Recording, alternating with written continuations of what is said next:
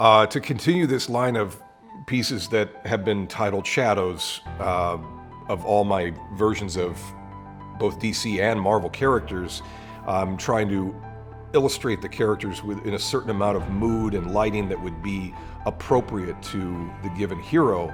And ironically, with these recent pieces I made of Green Lantern and of Flash, I found the color that would normally be ascribed to the character is overpowering it. So whatever shadows I put in are completely getting wiped out in the final illustration by my own hand, but that's just sort of naturally where the color sort of took it. You know, the overpowering green light of the Lantern's ring, I wanted to show it sort of bathing around him as it would create a halo around his body, and that again wipes out a lot of the shadow play. So in a way, I didn't fulfill the promise of my own line. You know, one of the things that was distinctive about Green Lantern growing up as a kid is that, and it's going to sound absolutely ridiculous, but he's one of the only characters where, as he's a, you know, seemingly uptight, regular superhero character, he had hair that went over his ears. Whereas your main lead guys like Aquaman, Superman, even the guys out of costume, guys like Captain America, they always had real nice, tight and short haircuts that did not fit that 70s aesthetic. And so Green Lantern seemed to embrace the era he was becoming a part of. Like the hair was getting a little fuller, a little bit with the sideburns, nothing crazy, not full-on mutton chops, but you know, a little bit fuller. And he would stay that way through a majority of his lifespan up until today, where occasionally he'll get that tighter haircut that he had when he first showed up in 1960. But he's one of those characters that seem to be more representative of a broader number of people just by the fact that he's a Caucasian with brown hair, a hair color that most of us have, but there was very few graphic representations of. It was either extreme blonde or extreme black hair on Caucasian characters. And everybody's got to have blue eyes, of course. So to have characters created that had brown hair and brown eyes was like radical. And he's one of those. It's almost like the colorist would figure, like, why would I color somebody's hair brown? Why wouldn't I give it this more poppy color, either black with the blue highlights or yellow for blonde? I've done a portrait of the Flash that fits the same aesthetic, where I'm trying to show a pose that would seem fitting for the character's mood, and in this case, I completely lost the thread of how much shadow I was supposed to go in, because he's pretty darn lit up, and he's supposed to fit the rest of them. He's sort of like another one of the red ones, but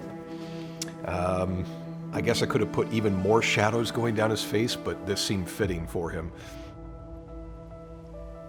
All right, so in 1975, Marvel rebranded their X-Men group, which had kind of fallen down from them for after the 60s. They sort of, they didn't cancel the book per se, but they put it into a reprint mode that it kept up with for years. And so this was sort of a team book on life support, and there was a thought towards rebranding them as a fully international group of diverse characters. And this came out in 1975, redesigned by Dave Cockrum and created by Len Wein.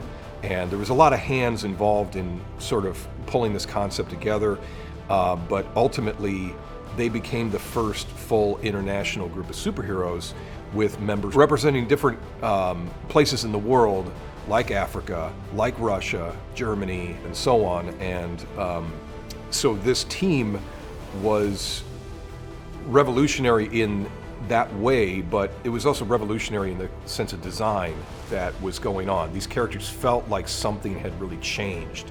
The comics had moved forward a pace. It wasn't just a bunch of white men in various variations of the same typical costume design.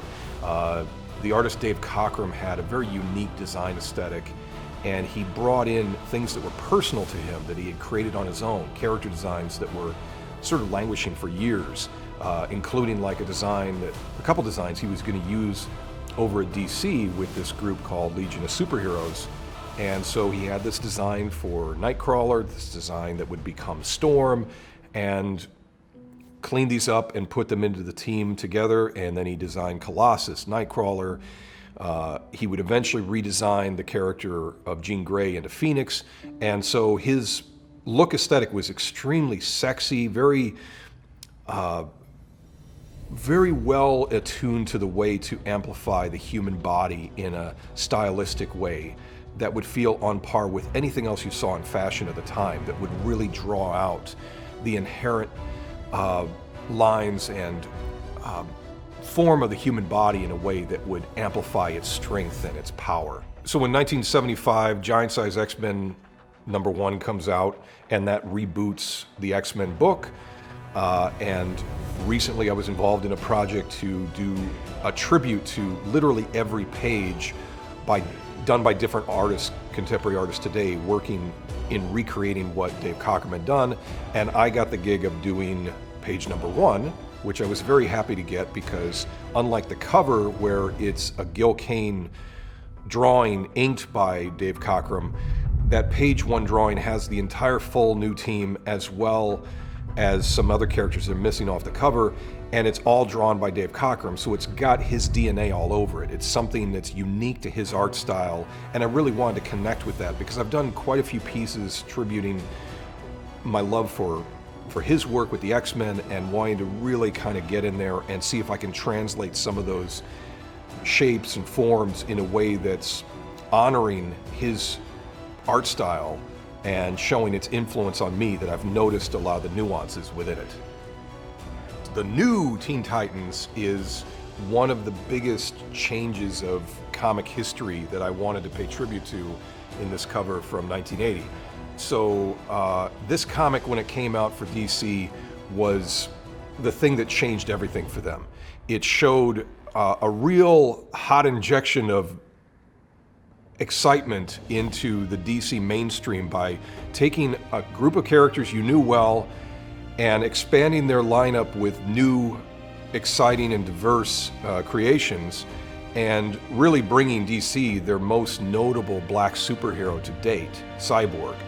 And it had an art style that showed more of the modern entrance of an influence of Jack Kirby's era of comics and Marvel's whole aesthetic, and that's what George Perez really brought over to that company. I was following his work, picking up Justice League of America, that he took over that book too. So at the same time as he's drawing New Teen Titans, he's drawing Justice League, which is a lot for one guy. The nature of how much change would occur in the lives of these characters was unlike anything we had seen before. The characters would really grow and evolve. It was a very well-constructed soap opera, and it was a way of really showing how the comics medium could respond more to the times.